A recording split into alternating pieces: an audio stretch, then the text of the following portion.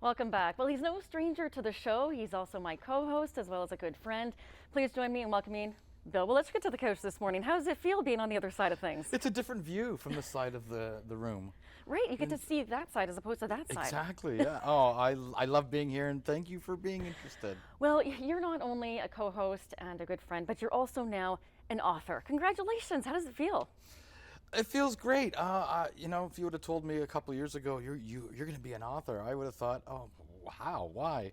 But yeah, it's a biography, an autobiography. I wrote it, and yeah, very, very proud of it, and surprised that other people are kind of interested.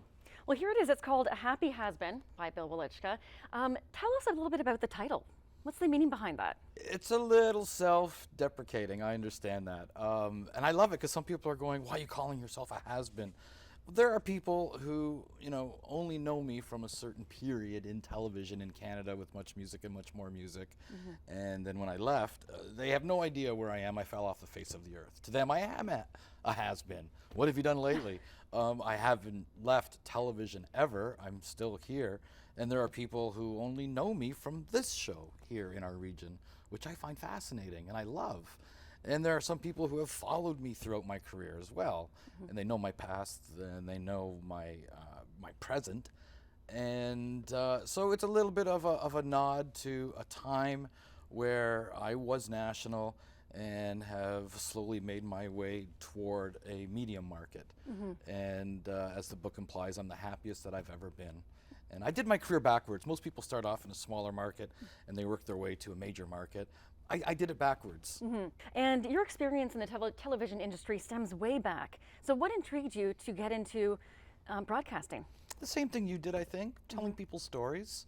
When I went to college for radio and television, I wanted to be a camera person, and I fell in love with editing, and I just loved the idea of piecing stories together with interview clips and music, and and it telling a story, and I just love that process, and I still do that to this day. And so that's what, and I, starting at Much Music on this national music television service, I was volunteering there while I was going to school. I got a job as an editor the week I graduated. Sort of fell into the on-air thing and never gave up the behind-the-scenes stuff. And I love doing interviews. I love telling people stories. And so, yeah, my interest in television has never waned. And throughout the years, you have interviewed countless stars and musicians, Britney Spears, Madonna, Ozzy Osbourne, and many people, like myself probably, would just get giddy at the fact of just meeting these people. So how would you describe your interview style with them? I get giddy after I meet them. Yeah. It's a huge thrill to be sitting down with some of these people, and many are heroes to me. And I had posters of them growing up in my locker, or patches on my jean jacket, or buttons on my jean jacket. Not so much Britney Spears, but she came along later. But I always approach an interview as a job. It is, and there's this element of professionalism. But it's not until after the interview, in some cases where I've interviewed all the members of Led Zeppelin, where I would sit back and go, yeah, I had a Led Zeppelin patch on my jean jacket in grade 10. I've now interviewed all the remaining living members. What a huge thrill. I call that a perfect circle, and the book is filled with many perfect circles of someone that I was a fan of years ago, and can look back and realize that I lived the dream. I bonded with them in some cases, hung out with them for a few days. In some cases have become friends, like the guys from the Hip. I'm still a Hip fan first and foremost, and I have been a Hip fan for years. And yeah, the foreword was written by Paul Langlois from the Hip. Yeah, that must have been such an honor. It truly was.